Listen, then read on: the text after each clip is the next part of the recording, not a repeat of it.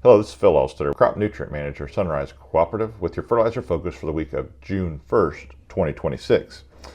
Here we go. The calendar turned to a new month, and I know there's much of Ohio this morning that is scrambling, trying to get a crop put in the ground so we have something for this growing season. So with that, I hope you all are very careful and we think through what we're doing and get this crop planted in a safe manner.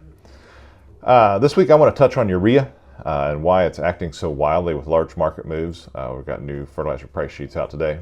Urea price has declined significantly. And to set the stage, I'm going to throw a chart up here. And this chart you can look at, just look at the last 3 to 6 months. And many of you have often heard me say that what goes straight up often also comes straight down. And we're definitely seeing that happen in the urea market today. In an attempt to keep this short, what are 3 key talking points that are affecting the urea price today? Number one thing I'm going to put out there is traders like to trade. So over the past couple months, fertilizer producers have taken a lot of flack about raising the price of fertilizer. Nitrogen producers particularly have gotten picked on heavily. But the fertilizer market's not quite that simple. So it's not just a case of a fertilizer producer produces it and then they sell it to a retailer and a retailer sells it to the farm. Like many industries, we have many middlemen or middle people in the fertilizer business.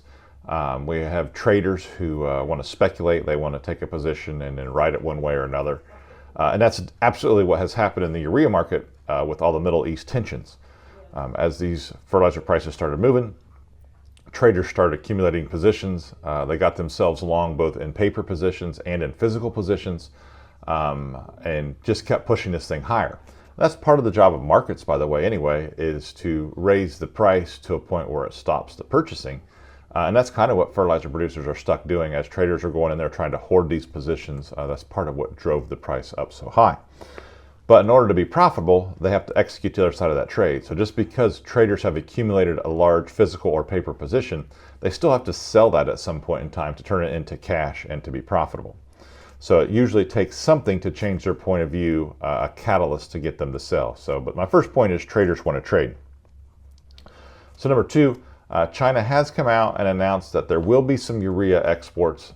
It's very confusing to me as far as when they will actually happen, what quantities will actually happen, who's eligible to buy the Chinese ton. Some of that stuff's pretty hazy to me. But what it has done is it has caused traders' point of view to differ a little bit and say, oh my, now we do have more global inventory than what we thought. There are tons coming available. If I'm long a paper position, what am I going to do? So let's back up a second here. These China tons that are going to come available, are they going to get to the U.S. in time for you to use them on a corn crop here? No, okay? But if you are a trader with the paper position on, you're going to say, oh my paper position is not going to hold up. I got to liquidate that paper. You may have been using that paper position to protect a physical position that you might have had in the U.S. So what happens? Traders start to try to find some liquidity.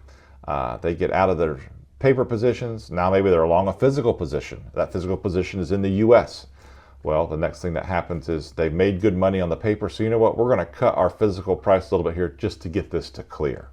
So as that whole game starts to get played, people start chasing the market.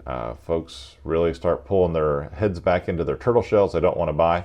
And we over-accelerate this thing going down, which is some of what we've seen happen today.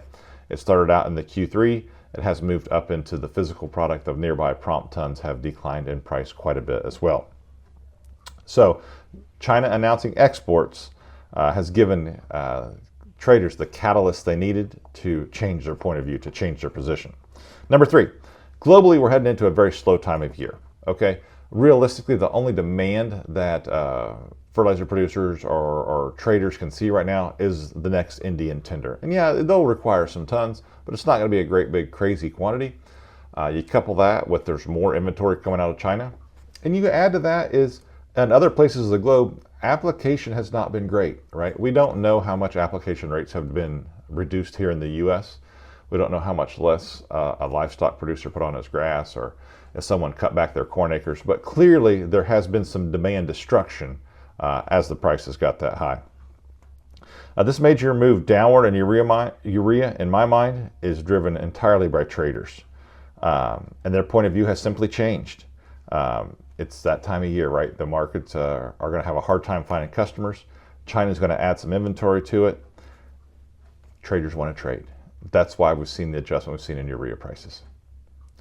Picture of the week. Well, now that school's out, for many of us in ag country, we know what happens next here now. So here's Courtney. The first day or two with these little guys can be quite a bit of work sometimes. So, but it's clearly headed into 4-H season, and the next thing we'll get to work on. So with that, that's your Fertilizer Focus for the week of June 1st, 2026.